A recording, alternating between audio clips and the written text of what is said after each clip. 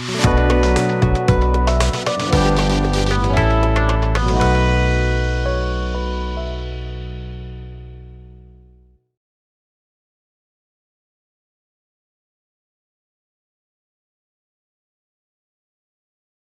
name is Dr. Iftikhar, and I'm Professor of Surgery at Nishta Medical University, as you know.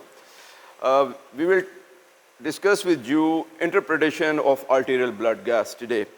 And this would be less than a 60-minute session. And I'm confident that at the end of the session, you will be able to confidently interpret arterial blood gas and its report without any quibble, without any problem. And this whole session is going to be a fun session. So please bear with me and enjoy and keep up with me, right? I will not be telling you a lot of new things. I will just be rearranging your knowledge so that you can easily retrieve it, okay? So let's crack on. Now, the first thing is that when we see an arterial blood gas report, right, which we call lovingly ABG, right, then there is a bewildering array of information. There are some 15 or 20 readings on it. There's magnesium, there's pH, there's CO2, there's saturation, there's hematocrit, there's lactate. Depending on how modern and how advanced your machine is, it is giving you a lot of parameter. And you do not know where to start and where to finish. So first of all, let's simplify one thing. And that is that whatever the arterial blood gas machine is giving you as a printout report, right, it has got three sets of information. There's a set of information which is a ventilatory parameter. Is the patient being ventilated well? His gases are okay or not? Like, I mean, is he being oxygenated? His oxygen level is good. His carbon dioxide is being blown away. And number three, is he being saturated? So these three are basically ventilatory parameter. If you are concerned about ventilatory settings, you think that patient is becoming hypoxic, should I increase the rate or the tidal volume or FiO2, etc. Your primary concern is this, right? Then at the same time, there are other parameters which are we call miscellaneous parameter. Like there's a potassium reading, there's a lactate reading, which is not actually concerned immediately with what we call a ABG interpretation. But these are very useful. For example, if a renal failure patient comes to you in a very desperate position, he's short of breath, and you are suspecting that clinically there is a possibility amongst other things that patient may be hyperkalemic. This is probably the quickest way to get potassium level and treat it till you get the lab result. So these two are useful. These two are very useful. They have got their own uses. But when we talk about interpreting the blood gas per se, if somebody gives you in an examination or in a clinical setting, okay, Dr. Saab, can you kindly tell me what is wrong with this patient's ABGs?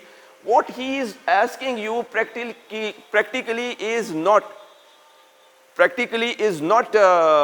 his ventilatory parameter. He's not asking you what his sodium level is or what his hematocrit is, although that information is there. What practically he is asking you is how the patient's acid base is doing. So ABGs are basically interpretation of patient's acid base status. So this is what is our primary concern today. How to determine what is the acid base status of the patient, and that is where ABGs really come into its own. There are other ways to find out potassium and calcium and hemoglobin. This is one way, but there are other ways, maybe better ways. But when it comes to acid base, this is the way. So what we'll talk today is how we interpret patient's acid base balance on his arterial blood gas report. So to make life easy for you, first thing I suggest to you is that when you are interpreting acid base component of the arterial blood gas, which is the main concern of arterial blood gas, please ignore everything else. Let's rub this off so that they do not distract you, and they do not confuse you, and they do not frighten you.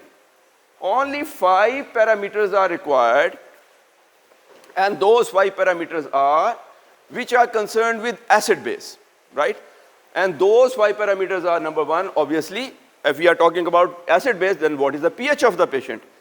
What is the carbon dioxide level? What is the bicarb level? What is the base excess? And what are the anionic gap levels, right? So we'll talk about them one by one in a little bit of detail so that I refresh your memory. Not that I will be adding anything new, right? So please concentrate just on these 5. Ignore all other 15 parameters on the arterial blood gas for the time being. So when we are interpreting acid base, which is the arterial blood gas actually, please consider these 5 parameters and ignore the rest for the time being. They too are useful in their own accord, but for the time being, we are concentrating on that. Now, I have sort of written it down here as your reference. So as we talk, if you forget, you can refer to that. What is a normal pH? What is a normal PaCO2, etc., etc. Now, just to remind you, please have a look. We know that normal pH has got a range. Body surprisingly works within a very narrow range of 0.35 to 0.45, right? And as you know, pH is an inverse log of H-ion. H-ion is the acid. H plus is the body acid, or any acid is actually, this is acid.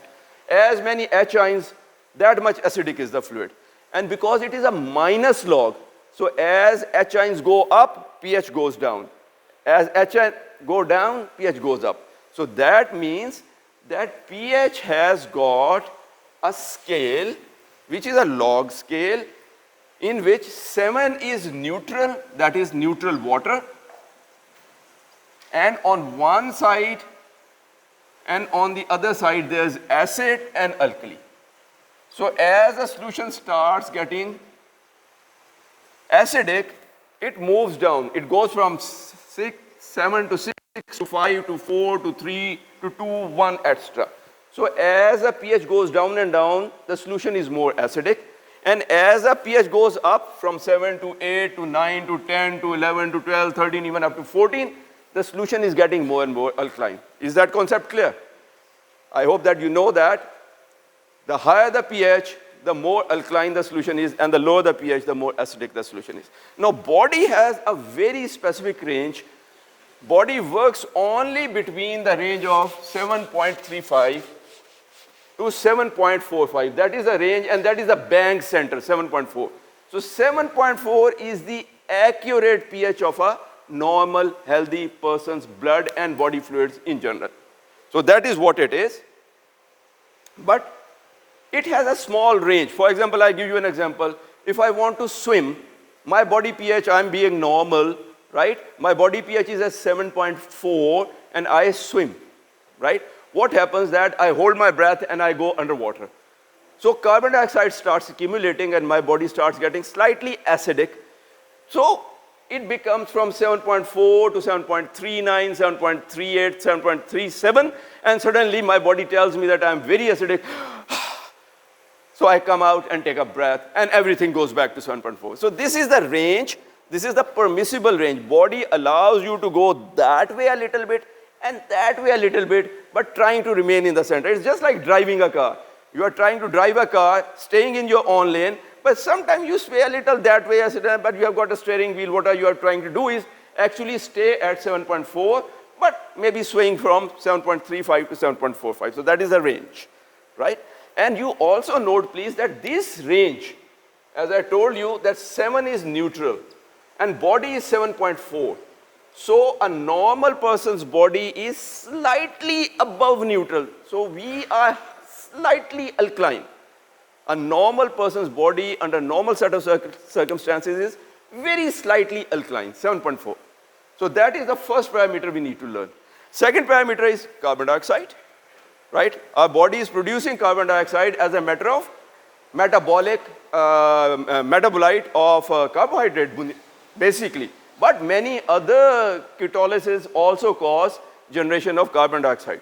So carbon dioxide is being produced in the body, but the carbon dioxide is being exclusively handled by lungs. So if we take a lot of breaths, hyperpnea, if I take 2, 3, 4 rapid breath, like when I came out of swimming, I took 3, 4 breaths, I blew away some carbon dioxide and my acidity, increased acidity came back to the baseline. So carbon dioxide is exclusively a function of respiratory tract. So if somebody is accumulating carbon dioxide, it is because he is not breathing enough. If he is sort of has got less carbon dioxide, basically means that he is blowing away too much carbon dioxide. So carbon dioxide is basically a respiratory phenomena. The main control lies with respiratory system. And the range is from 35 to 45 millimeter of mercury, but the bang center is 40. We need to know the bang center and the range which is allowed. So this is the normal range, but actually body is trying to be there all the time. It sways little bit here, some control is trying to bring it back here. It goes slightly there, another control is trying to bring it back there. Third parameter that we need to remember is bicarbs. So we have got bicarbs in the body as we have got an acid, because carbon dioxide is an acid. As soon as carbon dioxide meets with water, you know it becomes carbonic acid. So it becomes carbonic acid. Carbon dioxide is acid because body has got water all the time. Body is 70% water. So every time carbon dioxide in the dissolved form in carbonic acid form. So carbon dioxide means two things. Carbon dioxide means that acid, and carbon dioxide means that it is a respiratory function. Now the third parameter is bicarb. As we have got a body's acid, we have got body's alkali as well. So although there are many alkalis, but the main alkali in the body is bicarb. So to counteract acid, nature has given us bicarb. So as there is fire, there is water in the nature. So there is fire and nature, and they both balance each other. And the normal level is 25, range being 22 to 27. And if you tend to forget this range, right, it rhymes very nicely in Urdu. Actually in books it is written 22 to 28. I always teach 22 to 27 because it rhymes very nicely. It goes from bais to stais. So if you remember that it's bais to stais with a bang center in the 25, you will never forget it, right? And then there's something called base excess that we'll talk about. It is -3 to +3, center being 0, and there's something called anionic gap, which is 8 to 12, center being 10. These are the reference value, we leave it here, right? This is for you to refer back as we progress. Now I convey you few concepts. The first concept is that body has got, as I told you, that body is normally working on a very narrow scale of this 7.4. And the range is that body allows its work from 7.35 to 7.45. If anything goes below or anything goes above, major problems start happening with the body. Almost all enzyme system and organ systems stop working. That is why it is very important that we know what is happening to acid-base status of the bowel. Now, the first concept is to understand, which I have already told you, that our body is slightly alkaline in normality because it has got pH of 7.4. The second concept is to maintain this range, because body is sometimes starts becoming more acidic when pH starts falling below 3.5, and under certain circumstances starts becoming alkaline, that body pH starts becoming above 4.5. So we have to do something about it. So there are only two possible problems that can happen to the body. Either the body is trying to, from 7.4, there are only two possible problems. Either the pH is trying to go that way and I have to bring it back to 7.4, or the pH is trying to go towards alkaline side and I have to bring it back to the acidity. Now you can easily see that if some body's pH is going towards acidic side, for example, it is trying to become 7.2, right? And there's another person in which the pH is trying to become 7.6. What I need to do? What I need to do to correct this to back to this? I need to add a little bit of alkali or wash away a little bit of acid, right? Because I've got an excess of acid, I need a little bit of alkali to correct it. And if the patient has gone there, has become alkaline, I need a little bit of acid to correct that.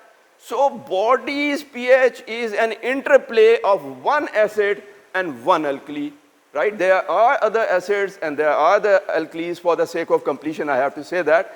But for your ABG understanding, please understand that the second concept is that body has got only one alkali and only one acid, and just the manipulation of that, the body tries to keep the pH always in the center of 7.4.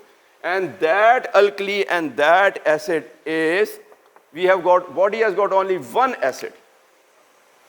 So body acid is only carbon dioxide. And body alkali is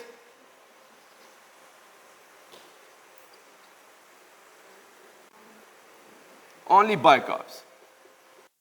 So please now remember that we have got in our body, we'll forget about everything else, right? Because the other things are playing rather minor role. We have got only one major acid in the body, which is carbon dioxide, and only one major alkali in the body, which is bicarb. That's it.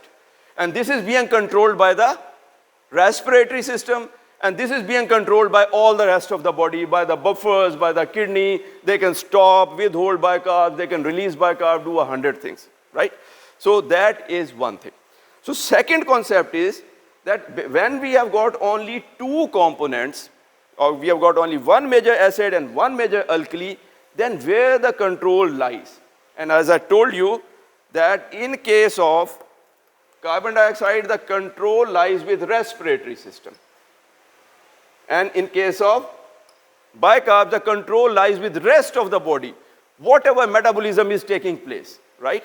So that is why if there's any problem which is relating to carbon dioxide, we call it a respiratory problem. It's so easy, right? That if there's anything which is being a problem because of the accumulation of carbon dioxide or washout of carbon dioxide, if the main problem is carbon dioxide, we say the problem is carbon dioxide. Or more easily we say it, the problem is respiratory. It is always a respiratory problem. So we label it as respiratory problem. So if a patient is having acidosis because carbon dioxide is accumulating, so it is an acidosis, but we call it respiratory acidosis instead of calling it carbon dioxide acidosis. We could have called it carbon dioxide acidosis, which will mean that this is an acidosis because of accumulation of carbon dioxide. But it is a tradition, it's a convention, right? So people remember it easily that if there is a problem which is due to carbon dioxide, we call it respiratory problem, and if it is due to bicarbs, we call it metabolic. So it is something that we need to remember, that body has now, up to now, I have given you three concepts. The first concept is that body works in a very narrow pH of 7.35 to 7.45, 7.4 being exactly normal, right? And this is a slightly alkaline pH. Whenever there is a problem, body needs to correct it. For that purpose, nature has given body one acid and one alkali. So if there is more acidity, body can easily add its alkali to neutralize that, and if there is more alkalinity, body can add a little acid and neutralize it. So we have got only one acid and only one alkali. The body's main acid is carbon dioxide, and body's main alkali is bicarb. Forget about everything else. Third concept is, because carbon dioxide is majorly controlled by respiratory system, if thereby any problem is due to carbon dioxide, we call it a respiratory problem. If there is a problem of acidosis due to carbon dioxide, as I gave you an example, that if I want to swim, and if I gave you a more practical example, for our anesthesia colleague, for example, you want to anesthetize a patient for a cholecystectomy, right? You gave the muscle relaxant, etc., but it was a very difficult intubation. Now you cannot get your tube in. Now you have given muscle relaxant, patient is not breathing, you are finding it difficult to intubate the patient, so for a period of time, patient is apneic. Patient is not breathing. So carbon dioxide is accumulating. Now because carbon dioxide is acid, so patient is slowly and gradually getting more and more acidotic. From 7.4, patient is dropping to 7.9, 7.39, 7.38, 7.36, etc. Now this is acidosis, but we will call it respiratory acidosis because it is because of problem with the carbon dioxide and not with the bicarbs. Okay? So it is a respiratory acidosis. So that is the concept. The third concept is that this main acid, because it's controlled by respiration, thereby any culprit, any problem, we refer it to as respiratory problem, and this we call metabolic problem. Now the next concept is that now we have got two agents, main body acid and main body alkali. Now whenever there is a derangement, then derangement is due to either one of them. Either this is at fault or the other one is fault. For example, in this anesthesia patient, in which we are finding it difficult to intubate, what is happening? The happening thing is that patient is now apneic, he is not breathing, and I cannot get my tube in to ventilate the patient. So patient is in apnea and accumulating carbon dioxide. So out of carbon dioxide and bicarb, which is the culprit agent, which is causing the problem? Carbon dioxide. Thereby, the resulting condition, which is acidosis, we refer it to as respiratory acidosis. Compared to that, for example, it is because of a patient goes into renal failure. Now, in renal failure, multiple acids start accumulating, carbon dioxide, bicarbs are washed out, etc., etc. It's not due to carbon dioxide. It's due to many other bicarbs and stuff like that, and patient becomes acidotic. pH again starts dropping, but it's not because patient is not breathing. Patient is breathing fine. Maybe he's breathing more. So who is a culprit now? Bicarb. So in that case, we say, okay, that patient, anesthesia patient, was also acidic. He was acidotic, but it was respiratory because he could not breathe and carbon dioxide accumulating. In renal failure, it is bicarbs which is causing the problem. Carbon dioxide is being washed out fine, right? So the problem is still acidosis, but metabolic. So this is the next concept of it, that we have got an acid and one alkali, and they interplay to keep the things right. Now, whenever there is a problem, one of them is at fault. And we call that the culprit agent. We call that the culprit agent. Now, in a case of, as I told you, a patient who could not be intubated, the culprit agent is carbon dioxide. And therefore, it would be called a respiratory acidosis. And in case of renal failure, it was not carbon dioxide. It was bicarb. So we will call that a metabolic acidosis. So this is the next concept. The fifth concept is, fourth concept was there's always a culprit. Either that or that, we need to find that culprit. The fifth concept is that nature has built-in mechanism that whenever there's a culprit, the other one becomes as a hero. Okay, carbon dioxide is not playing well, I am your savior, I will correct everything. So in a patient who could not be intubated, is becoming acidotic, what the body will do? Body will start retaining all the bicarbs instead of putting into the urine, mobilize other alkalis, wash out other acids, etc., etc., trying to correct this situation, right? Or in case of, say, renal failure, what will happen is patient is acidotic. What patient will start doing is that impulses will tell him to hyperventilate. So you see, in a patient of uremia, patient is hyperpnic. He's doing why? Because he's trying to blow away the carbon dioxide. No, he is acidotic. The main culprit is bicarb. He has got metabolic acidosis. Now, while this is at fault, this is culprit, this is villain, the other component automatically becomes hero. He tries to correct the things, right? And how does he correct the thing? He hyperventilates. Now, despite the fact that the patient has got acidosis, right? You see that the carbon dioxide is very low. Why? Because carbon dioxide has been washed away. Respiratory system is trying to play hero. It is trying to sort of wash away carbon dioxide in an effort to get rid of the acid. So in face of a very acidic pH, you see that carbon dioxide is very low. God, had it been due to a respiratory problem, you would have expected a very high carbon dioxide, like in the patient which we could not intubate, in which actually the problem was accumulation of carbon dioxide. So that is the fifth concept. So fourth concept is that whenever there is a problem, one of them is culprit. We have to find that culprit. And when you have found out the culprit, you will find that this is culprit, this will start playing like a hero. This would be the correcting agent. And when this is culprit, the other component starts correcting the thing. So body has a mechanism that these two are the only components. One is acidic, one is alkaline. This is respiratory component, this is metabolic component. One of them plays wrong so that a clinical situation arises, right? And that is our villain, that is our culprit, we have to find it. The other automatically becomes hero and starts correcting the things. That is the next concept, right? Now this next concept that I conveyed to you is called compensation. It's called compensation. For example, I again mentioned to you the case of renal failure. The patient is in renal failure. Patient is very acidotic, right? The pH has fallen maybe to 7.31. So respiratory system is not at fault. Bicarb is at fault, so patient is in metabolic problem.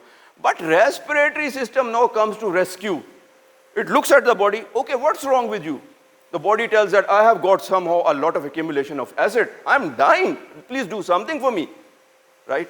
Respiratory system says, okay, I am your hero. I am your savior. What I'll do is I'll increase the respiratory drive. The patient breathes hyperpnic, right? And a lot of carbon dioxide is washed out, and thereby body gets rid of some acid. Thereby the pH, which had fallen to 7.31, rises somewhat to at least 7.32, 7.33, 7.34, or may even get into the normal range, may become 7.36, right? So this is called compensation. So now I join the two concepts, that whenever there is a problem is due to either this or that. If it is due to this, we will call it a respiratory problem. If this is due to this, we will call it a metabolic problem. Whenever there is a problem, we have to find out which is the culprit. When we have found out the culprit, the other one is automatically the hero, compensator. So one is trying to destroy the things and other is trying to save the things. So when carbon dioxide is destroying, bicarb is always trying to save. And when bicarbs are destroying, carbon dioxide is saving the things. So we have to find out that in a given situation, the whole trick of blood gas is this. We have to find out that, okay, the pH is not right. The pH is acidic. Now, if it is due to respiratory problem, I will expect the carbon dioxide to be very high. And if it is not due to respiratory problem, I will expect the bicarbs to be very low, because that's the only other way to produce acidosis. So we have to find out a culprit. When we have found out the culprit, the other component is automatically a hero. And we want to see what the hero is doing. Hero is be trying to compensate. Now, hero's compensation, how do I know that hero is trying to compensate? For example, how do I know a hero is compensating? For example, again, I take the renal failure patient example. The patient is in renal failure, pH is 7.1, 7.31, a very acidotic pH, right? Now, respiratory system comes and starts playing hero. Okay, I will correct it. How I'll correct it? I will do hyperpnea. I'll wash away the carbon dioxide, decreasing the body acid, thereby try that 7.3 gets back to 7.4, right? This is what it is trying. But for that, it will have to wash out carbon dioxide. If it is like our politician, that they come, okay, I will correct the situation, go home and sleep and do nothing, then this is no compensation. To show compensation, it should be demonstrated. It should be demonstrated on your blood gas that yes, actually the carbon dioxide has gone down. It has been blown away, right? And how do I know it has been blown away? Because I will look at the pH. The pH is acidotic, right? I look at bicarb. Bicarbs are very low because patient is acidotic, and we know it's metabolic. It is because of the bicarb component. Now, how can bicarb component produce acidosis? By decreasing its level. Consume. The bicarbs have been, the alkali has been consumed, thereby patient is acidotic. So bicarbs are very low, so I immediately know, yes, this is the culprit. See, low pH, low bicarb, yeah, they match. Now I look at carbon dioxide, and carbon dioxide is just bang in the center. Carbon dioxide is 40. Now what the hero is doing? He is sitting at home in his own comfort. He has not even gone to 39, right? Up to 35 is the normal range. How can he claim he is hero? If he is a hero, he needs to get out of the house, right? Get a knife and a gun, sit in his car, go to the scene, right? Kill 3-4 villains and save the heroine, bring her back home. That is what happens in our films. Do you think all films are wrong? They are not. That is the hero situation, right? So hero has to get out of the comfort of their zone. Now this is the hero's comfort zone. So if I look at bicarb, and bicarb have gone out of the range, Then I understand, okay, yes, there is a compensation. At least carbon dioxide is trying to compensate. I will look at carbon dioxide and I'll see if it has gone out of its range. Has it decreased? Has it made an effort? If yes, I will say that yes, compensation is on its way. And then I look at the pH. If the pH has increased from 7.3 to say 7.34, but at the expense that carbon dioxide have dropped to, for example, 31. So I see, okay, see, carbon dioxide has made an effort. From a comfort of 40, it has not only gone to 35, it has gone even beyond. It is trying its best to wash away the acid. Yes, it is making an effort. So compensation is in place. A process of compensation is taking place, but despite its best effort, the pH is still not within normal range. So I say that a compensation is happening, but it's a partial compensation, right? As long as this agent remains within its range, I will say there's no compensation attempt. What sort of a hero it is? He's sleeping at his home in his comfort. I mean, it needs to get out of range to show that it is doing something. So when it gets out of range, we say compensation has started. Yes, hero is starting something, right? And when hero succeeds in bringing the pH back to the normality, even if not to 7.4, at least to 7.35, which is the normal range, we say that the compensation is complete. So that is the concept of compensation. So we have got two agents. We have got a body acid, we have a body alkali. Whenever there is a problem, it is either due to this or due to that. If it is due to this, this is respiratory. If this is due to this is metabolic. It can be acidosis or alkalosis, right? The problem, if we find a problem that patient has got acidosis or alkalosis, we have to look at this and see which one is responsible. For example, pH is 7.31, pH is acidotic, right? And carbon dioxide is within normal range, then it cannot be due to this.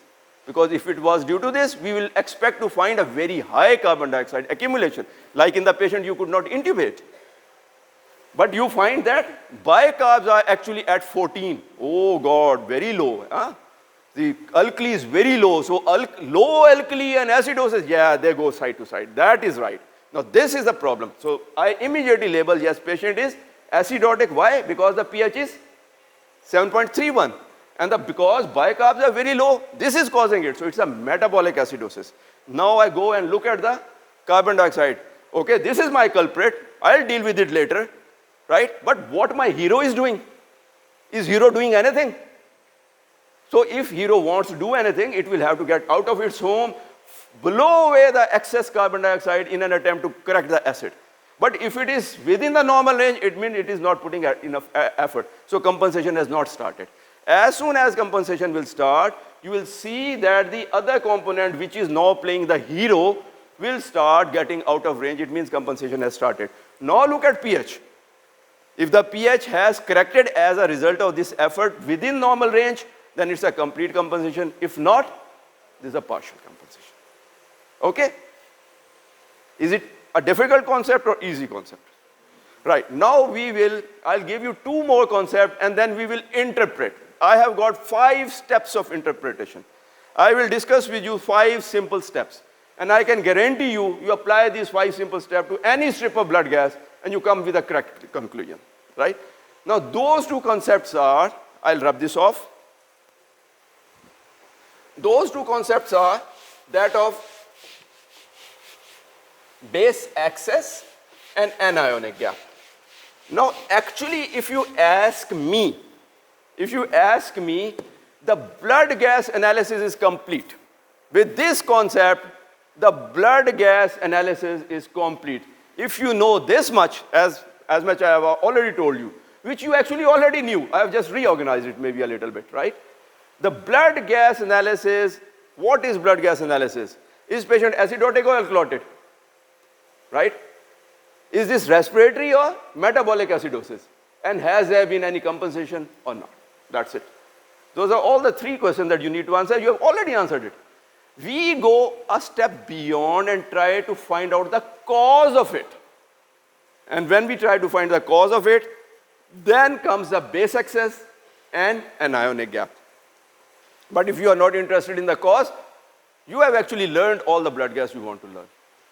Okay? Now, what is base excess? As you can see, as the name says, it is base, and base means alkali. This is base excess. How much extra alkali there in the body? As I told you, the normal pH of the body is 7.4. It means body is slightly alkaline. So all of us sitting here are not neutral. We don't have neutral pH. We have a slightly alkaline pH. Thereby, we will have a little bit of extra alkali to maintain that slight alkalinity. It's a simple concept. See that our pH is not 7. Our pH is 7.4. So we are slightly alkaline. So we have a little bit of base excess. Now, what is the definition of base excess? See, the definition of a base excess is that how much extra acid you need, right? So there are 3 components to definition. Please note how much extra acid or alkali you need, right, to correct the pH to normality of 7.4 if CO2 is normal. So somebody is asking you that, my brother, I've got a patient, right, whose pH is normal and his carbon dioxide is normal, right? How much extra acid you need to keep it normal? How much extra alkali you need to keep it normal? Do you need anything? No.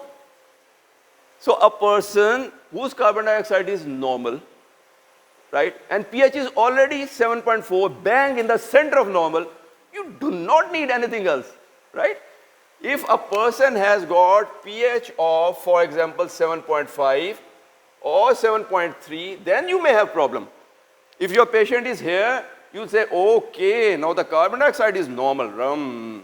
What I do is, now this patient has got a lot of acid in it. So I need a lot of alkali to make it normal. And in this case, I would say, he has already got a lot of alkali. I need to get rid of some alkali to bring him back to normal. So in a normal person who has got a normal carbon dioxide level and the pH is 7.4, you don't need anything. So the normal base excess should be 0. So in a normal person, you don't need anything else. The patient is normal. Normal means telling you that every parameter is normal. Why would you need an extra alkali? Your home is totally clean. Why would you like to keep a bathroom cleaner there? So that somebody swallows it, comes with an esophageal stricture, or alkali for that matter, right? So thereby, if the body's pH is normal and the carbon dioxide is normal, you don't need anything extra. But if the patient is acidotic, you need a lot of alkali. It means the patient is deficient on alkali. Patient does not have alkali. So base excess will start becoming minus. Maybe it will become minus 10. That patient has got a deficit, a lot of deficit of alkali. He really needs 10 of bicarb to neutralize this extra acid to bring pH again to 7.4. And in this case, patient pH base excess is maybe plus 10. He has got a lot of alkali. He needs to shed off some alkali, right, to be normal. So this is base excess. So normal base excess is 0. But as I told you, we have to give a range. And normally, there is production of some small amount of alkali, small amount of acid. Maybe I sort of took a plate of salad with vinegar on it. So my body immediately absorbs vinegar and becomes acidic. So I need some little base to correct that, right? Or maybe I have eaten something like milk. Milk is slightly alkaline. So I have become a little bit of alkaline after a glass of milk. So my body needs a little bit of acid to correct it. So I need, all our body needs small corrections here and there, here and there, here and there to keep us in the center. So bang center is 0. But to give you a range, the range is -3 to +3. No more than that, right? Because like I'm driving, maybe when I'm talking to you, the car sways a little to the left and then I immediately cracked it. And sometimes it sways slightly to the right and then I cracked it. So I remain at 0, but -3 to +3 is the base excess range, okay? But we'll talk about it in a little bit more detail, but just grasp this basic concept. And the final concept is that of an ionic gap. You know, body has got positive ions and body has got negative ions and lot of those. But the most important ions are written here. I've already written it for you. Look there. Now these are positive ions. Thereby they are called cations. They are called cations because they tend to run toward cathode. They are positive themselves. They want to go to the negative terminal. That is why they are called cations. So sodium and potassium are main cations in the body. While bicarb and chloride is our main anion because they are negatively charged and they are trying to run to the anode. Because they are anode-seeking, anode-loving ions, we call them anions. So under normal set of circumstances, it's a simple calculation. A normal person has approximately 140 milliequivalent of sodium, 5 of potassium. You add them up, it becomes 145. So we have got 145 milliequivalent of cations in our body. As against that, our anions are less. We have got 110 of chloride and 25 of bicarb. There are other small, for example, there is magnesium and other things, but the contribution is so small that we, for the purpose of understanding, sort of ignore it. These are the main anions and cations. Now you can see that in a normal person's body, there are 145 milliequivalent of cations. As against that, there's only 135 milliequivalent of anions. So there is a gap. There's a gap of 10. Right? Now this gap is met by various things like albumin. You know, albumin too is a charged particle.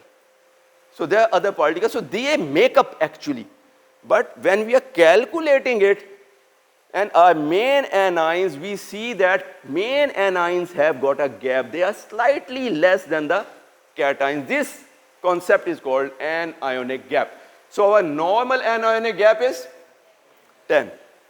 But as I told you, that if I take a sodium-rich something, suddenly cation increase, the anionic gap will increase further, right? And if I take something which is acidic, right, then the anion will take. So there's a small range, but the bang is 10, range is from 8 to 12. So I am not asking you to remember everything by heart. I am trying to give you a concept so that even if you forget what is a anionic gap, you can actually calculate it yourself. You come to the conclusion, okay, it is 10 actually, even if you forget the exact figure of 10. Right? So now that you have learned that there's something called base excess and anionic gap, now we go to the actual interpretation of blood gas. These were the concepts. These were the 7 concepts I conveyed to you. I quickly summarize it for you. I summarize it for you that body has got a very narrow pH range. It operates between 7.35 to 7.45. If it goes below it, it's acidosis. If it goes above it, it's alkalosis. Now, to keep it within an operational range of 7.35 to 7.45, nature has given us one acid and one alkali. And the one acid is carbon dioxide, and the one alkali is bicarb. That's it. Forget about everything else. Right? Now, because this is basically controlled by respiratory system, so anything, any derangement to do with carbon dioxide is referred to as respiratory problem, and this is referred to as metabolic problem. Now, these work in opposing pair always. Whenever there is a problem, one of them is at fault. That is a culprit agent. We have to find that. If, for example, the patient who could not be intubated, he has got a respiratory problem because patient is apneic and tube is not going in, so patient is accumulating carbon dioxide. So you will see that pH has dropped from 7.4 to 7.31, and you get the carbon dioxide, then the carbon dioxide are much way high because they have accumulated. So instead of being 45, they are maybe, say, 58. So yes, okay, now the patient is apneic, he's accumulating carbon dioxide, he's acidotic, everything is explained. But the other component immediately comes to help. If carbon dioxide has fault, bicarbs come to help. If bicarb are at fault, carbon dioxide comes to help. So one is culprit and other is hero. The main concept is to identify which is culprit and which is hero. The culprit will be going along with the pH and the hero would be going against the pH. Okay? So in this case of renal failure, as I told you, patient is acidotic, pH is 7.31. So respiratory system has got nothing to do with it. But because respiratory system is not trying to play hero, he comes, okay, what can I do for my heroin? He says, save me from this acidosis. Okay, he says that, okay, I'll blow away some carbon dioxide and that will help you. Now when he will blow away, it will help, but at the cost that carbon dioxide will fall. Now, when it goes below the range, only then I understand, okay, hero is putting some effort in. So that is compensation. Now, if as a result of that compensation, pH becomes within the normal range, it is a full compensation. If it is still not within the normal range, but I can see that it is putting an effort, it's a partial compensation. And then I told you about base excess, that the base excess, normally a person does not need any extra base or acid if pH is normal and carbon dioxide is normal, right? But if patient needs a lot of extra base, it means that patient is very deficient at base. It's all, for example, the base is -10. It means patient needs a lot of base. Patient is actually acidotic. So a negative base excess is a depiction of a lot of acidosis. Patient is negative on base. Patient needs more alkali. And if patient is +10 on base excess, then patient is alkalotic. He needs to shed off the lot of base. And then I told you about anionic gap, the last concept, that normal anionic gap is 10, and we'll know that if we find out the anionic gap, it will tell us about the cause of the culpration. If the patient has an acid-base problem, then what is causing it? It gives us a very good guideline about it. Now we come to the fact that, okay, now I have got a strip of acid-base, right, of blood gas. How can I work out the acid-base? And I tell you that you need to ask yourself 5 simple questions, and you will come to a conclusion.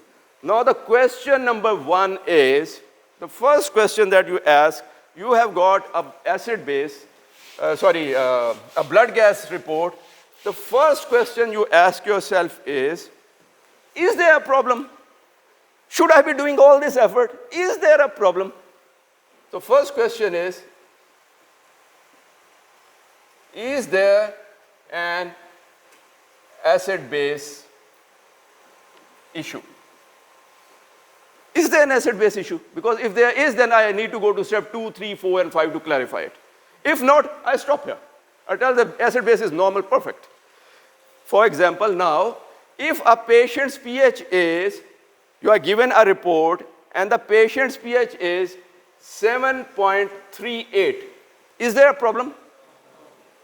There is not a problem, right? Apparently, there is not a problem, right? But if I give you a report, and the report is 7.31, what do you think? Patient has got acidosis. If I give you another report, and the report is 7.52, is there a problem? Yes. So first of all, please look at pH. If the pH is out of range, less than 7.35 or 7.45, or higher than 7.45, there is certainly a problem. You need to go to step 2, 3, 4, and 5. But I actually do not agree with your first decision, and I'll show you why. Now, I told you that we had a patient who had the pH of 7.36. Now, does he have a problem? His pH is normal, but see, it is not bang normal, right? It is within the normal range, but please look at, say, bicarbs. You see that the bicarbs are lower because patient, although is within normal range, he is slightly acidic. He should actually be at bang at 7.4. He is slightly lower than that. He is in a relative acidosis. Now you look at bicarb, right? And you see that bicarbs are actually out of range too. They are not 22. They are actually 19. Now, although the bicarbs are 19 and the pH is maintained, right? Now you look at the carbon dioxide, right? And you see, right? You see that the carbon dioxide is actually 30. What is happening? Right? This patient is acidotic, slightly acidotic, right? Does a low carbon dioxide explain acidosis? No. This explains acidosis. So actually what is happening to the patient? Patient has a metabolic problem. But this hero came to our help. He sacrificed, he gave away some of the carbon dioxide to crack this. This is actually a compensated case. So please don't be fooled by a normal pH, right? So to answer that question, is there a problem? You have to think in 2 ways. Number 1, If there is a pH problem out of range, there is a problem. There's no question about it. You need to proceed to 2, 3, 4, and 5. But if the pH is already within normal range, then please also look at bicarbs and carbon dioxide. If they too are in normal range, only then you can say, no, I'm okay. But if pH is within the normal range, but these two are disturbed, then you may be dealing with a case of compensated problem. So therefore, which is the patient in which you don't need to read any further? He is the patient who has got a normal range pH, normal range PCO2, normal range bicarb. That is the only patient in which you do not go to step 2, 3, 4, and 5 because they are perfect. Other than that, the patient is not perfect. If patient has got pH above or below the range, he is certainly in a big trouble. But even if the pH is falling within the normal range, you need to look at that, because if you don't need to look at that, we will miss those cases which have got problem but which are now in a compensated phase. Okay? So that is step 1. So find out if there is a problem. So if there is a problem, so if pH is above or below, there is a problem. And if pH is within the normal range but carbon dioxide and bicarbs are disturbed, this may be a compensated case. So please proceed to question number 2. Now what is the question number 2? Now we have got a problem here. We have got a case which has got a problem. Question number 2 is, okay, if there is a problem, is it acidosis or alkalosis? It's as simple as question. See, the 5 steps are very, very simple. The first thing is there a problem? And the second is, okay, right, if there's a problem, then is it acidosis or alkalosis? How do we know? We're looking at the pH. If pH is below 7.4, patient has got acidosis. If it is above the 7.4 limit, it has alkalosis, especially if it is below 7.35 and above 7.45. It's as simple as that. So there is a problem, there is acidosis, for example, we reach a conclusion. The third question that I ask myself is, okay, I know there's a problem and I know, yes, there is a problem and the problem is acidosis. The third thing I want to know, okay, who is the culprit?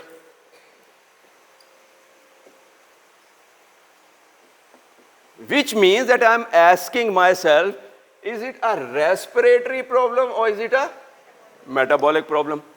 Now, how do I know? I know because I look at the pH and 7.31 is the pH, so I know there is an acidosis, right? And I look at PCO2 and I look at bicarbs, right? If PCO2 is 30, as I mentioned, now this is very low. The acid has been washed away. This should have caused alkalosis. So this is not matching with it. Now I look at bicarbs, and bicarbs are 14.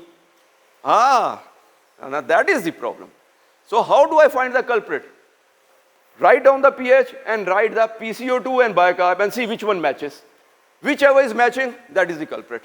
So is this a metabolic acidosis or a respiratory acidosis? It's a metabolic acidosis. So this is the third question answered. So first question is there a problem? We have got only 5 steps. See, we are very rapidly reaching the end. So we have first problem is there a problem? Number 2, is it acidosis or alkalosis? Number 3, if it is acidosis or alkalosis, is it respiratory or metabolic? Which is a culprit agent? When we have found out the culprit agent, in this case, who is the culprit agent? Metabolic, right? So I write down here, this is the culprit agent. Now, if this is the culprit, what is this? The hero. The fourth step is that if I know that it is a metabolic problem and bicarb is the culprit, then I want to know the fourth question. The fourth question is, right, now what is my hero doing? I know I am in trouble, but I've got a hero. What is he doing? Is he making any attempt at compensation? Yes or no? That is the fourth question. So actually, you see, these all questions are very, very, very simple. I have already told you in the concept section. This is just to organize how to apply it. So is there a problem? Yes, there is acidosis, right? And I know that this is a metabolic acidosis because this is due to bicarb, right? Respiratory system is not at fault. But now, because this is culprit, respiratory system is my hero. Is respiratory system, is carbon dioxide doing anything to correct it? Right? So I look at the carbon dioxide range. If carbon dioxide is sitting within its comfortable range, smoking cigar, watching TV, and enjoying a cup of coffee, ये कैसा hero है? Right? Why shame on such a hero? Right? The villain is raping the bride, and the hero is sitting in the room, enjoying a soap. So thereby, we expect a good hero to go out, fight, kill few people, give some sacrifices, throw away its precious bicarbs, right? Carbon dioxide, to bring the acid down. So that is the fourth question. Is there any attempt at compensation? And how do I know there's a compensation attempt? That I know this was a problem. Because of the drop in bicarb, I got acidosis. Now, carbon dioxide should compensate for it. Compensation means that patient has got acidosis, patient need to get rid of its carbon dioxide, right? So if the carbon dioxide falls below the range, I understand that yes, the hero is now working. The compensation has started. And now at the same time, I look at the pH.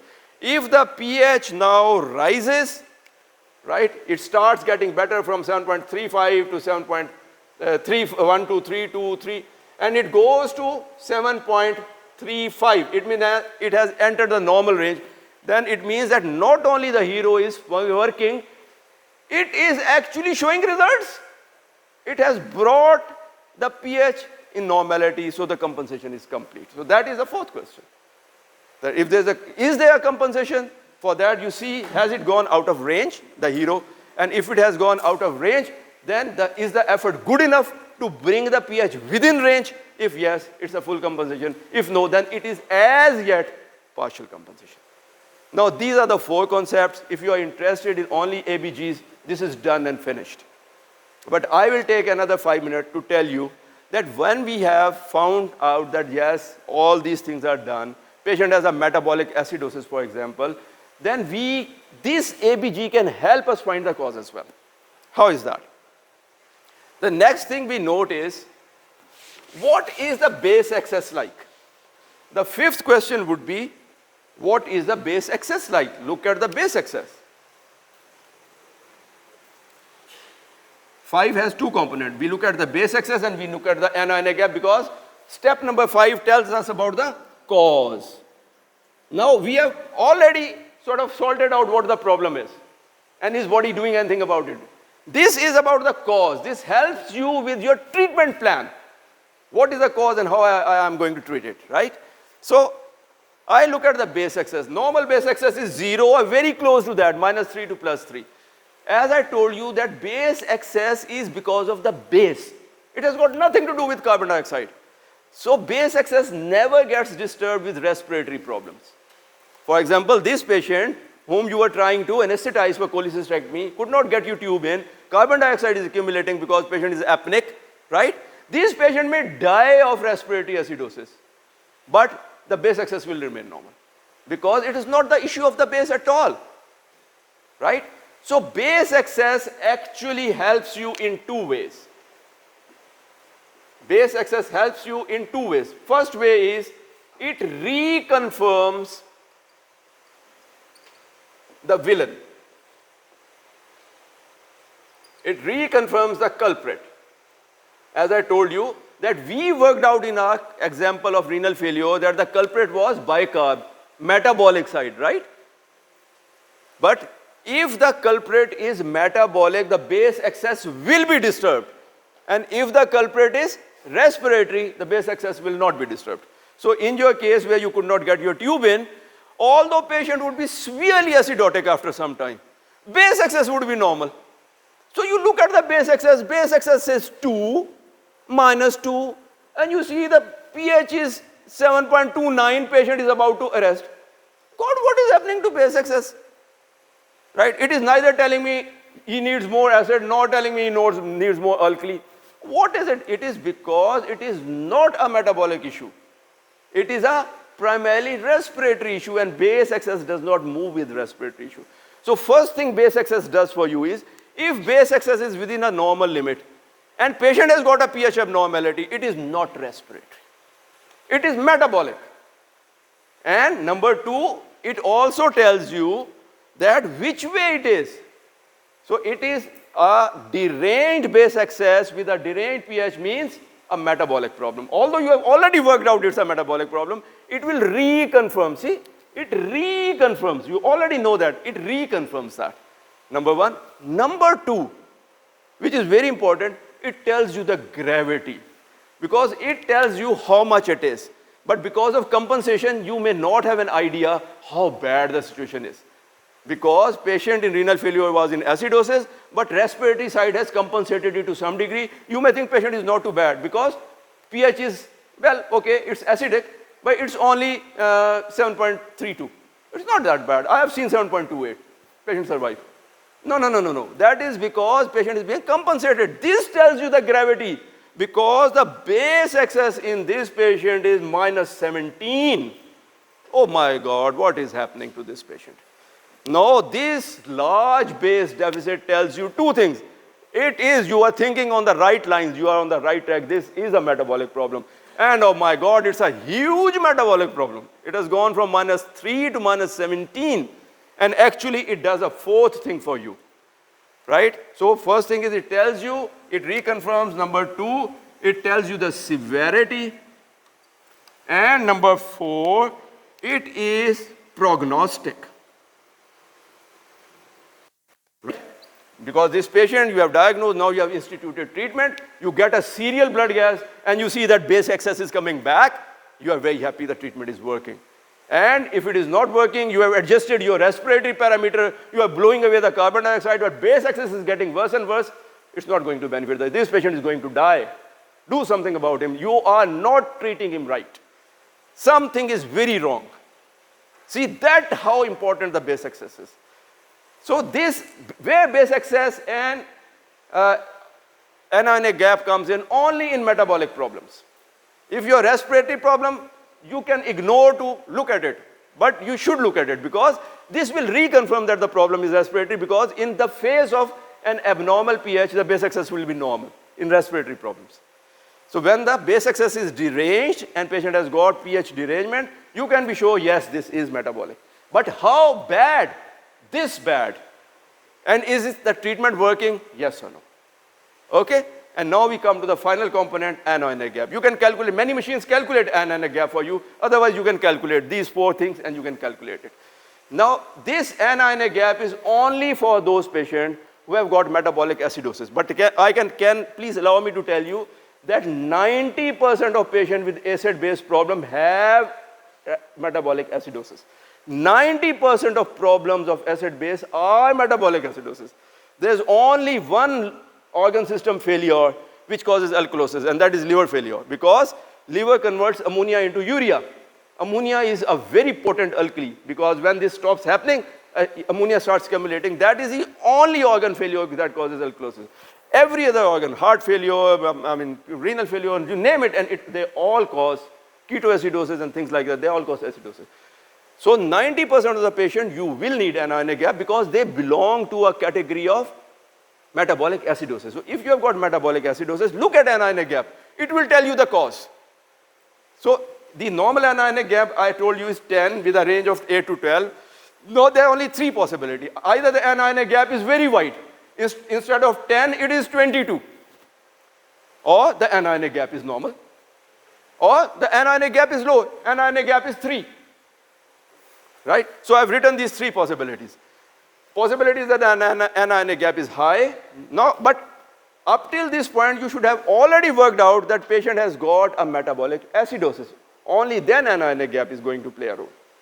So this is the etiological diagnosis of the cause of metabolic acidosis. So only then it works. So anionic gap can be high, normal, or low. And to remember that, this is given in the literature. Actually, this mnemonic is given in the literature time and again. Please remember cult impact. Cult impact. K-U-L-T, cult, and I-M-P-A-C-T, impact.